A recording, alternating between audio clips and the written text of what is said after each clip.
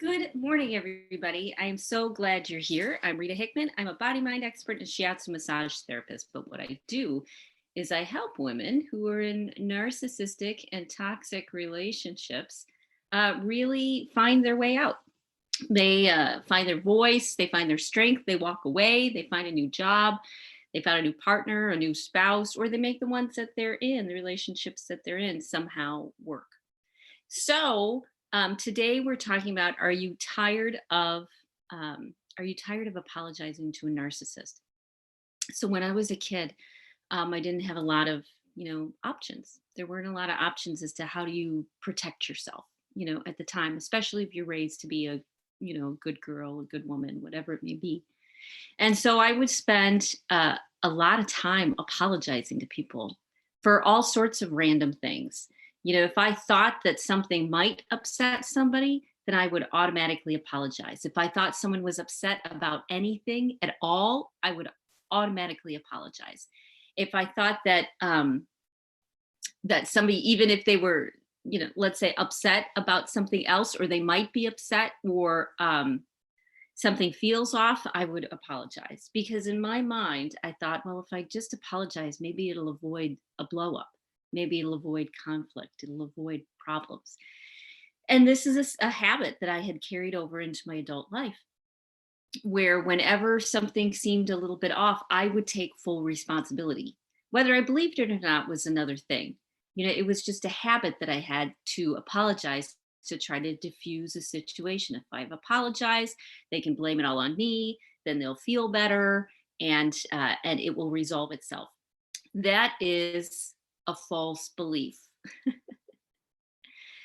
When you're working with people who are toxic, typically if you apologize, it usually adds fuel to the fire. Because when a narcissist or other toxic people are upset, it really has nothing to do with you.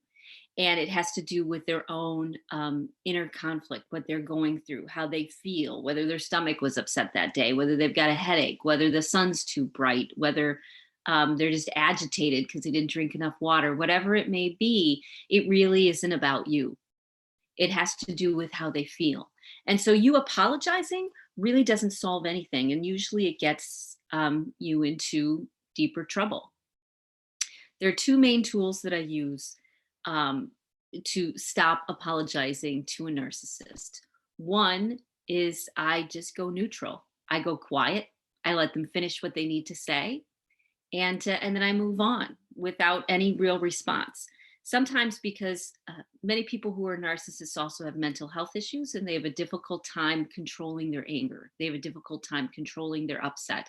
And many times, if that's the case, if they're good people, but they have a lack of control, then just letting something come and go without even acknowledging it takes care of a lot of problems, because then there's no place for them to go. There's no fight. There's no anything.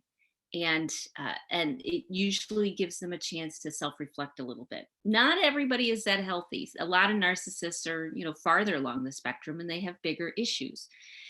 And so apologizing to them just justifies and validates to them that yes, it is indeed all of your fault, and so you deserve everything that happens to you. Do you see how it throws fuel onto a fire? It doesn't actually make them feel better. What it does is it makes them feel justified in treating you the way that they want to treat you. So the second tool that I use is I stop them and I walk away, or I leave. Now, many times I haven't felt safe enough to leave, or you're trapped in a car, you're trapped in another room, or there's other people involved. Yeah, I do get that. But when you start practicing, when you can, stopping someone from emotionally abusing you and walking away, a good phrase is, I don't deserve this and I'm not going to tolerate this. So I'm leaving. And you can talk to me when, I'll let you communicate with me when you feel better. You still stay blameless. You set your boundaries. There's no accusation. It's about how you're uncomfortable. And it's not about pointing fingers. It's just saying, I'm uncomfortable. Because I'm uncomfortable, I need to leave. If something escalates to a physical threat, then you are in a bigger situation than you think you are. And it is time to go get, you know, uh, professional help, like a psychologist or a therapist. Because if you are, if something becomes physical, if something becomes more than emotional abuse, not saying one's worse than the other, but one has a physical impact which could land you in the hospital, and that's a problem. So if you don't feel threatened, physically threatened, then it's time to start setting those boundaries. It's time to start saying, I don't deserve this and I'm not going to tolerate it and I'm going to leave. Sometimes it means that you have a bag packed. Sometimes it means that it's by surprise. The sooner you can address someone's bad behavior, the more likely it is to diffuse. They used to remember in those old movies when someone would get upset, they would slap them because it would get them out of their fight or flight response and back into a rational response.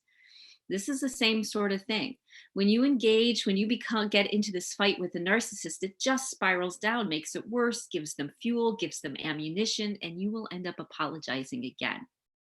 But when you really are the victim, when you're being, when you don't like how someone is talking to you, irregardless of whether they say you're just being childish or you're oversensitive, who cares? It's my sensitivity. I get to be sensitive.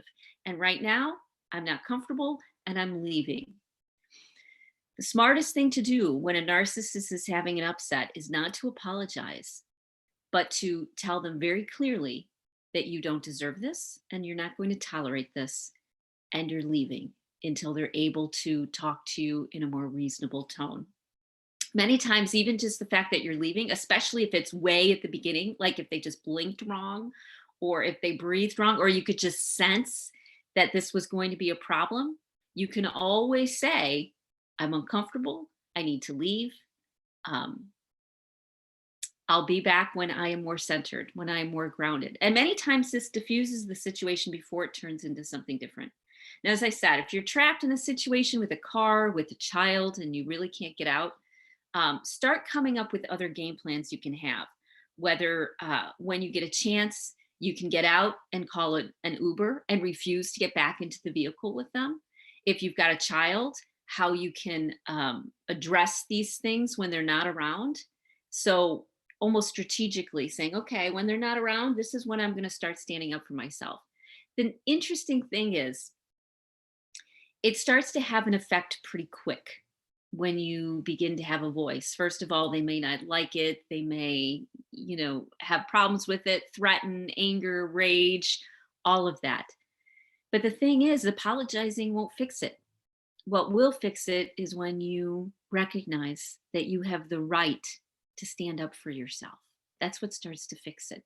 And when you get support and when you get love and community, when you start to realize that you have equal rights, that you have equal value, and that all of those things you were taught on how to be a good woman or a good girl or whatever don't work in these situations.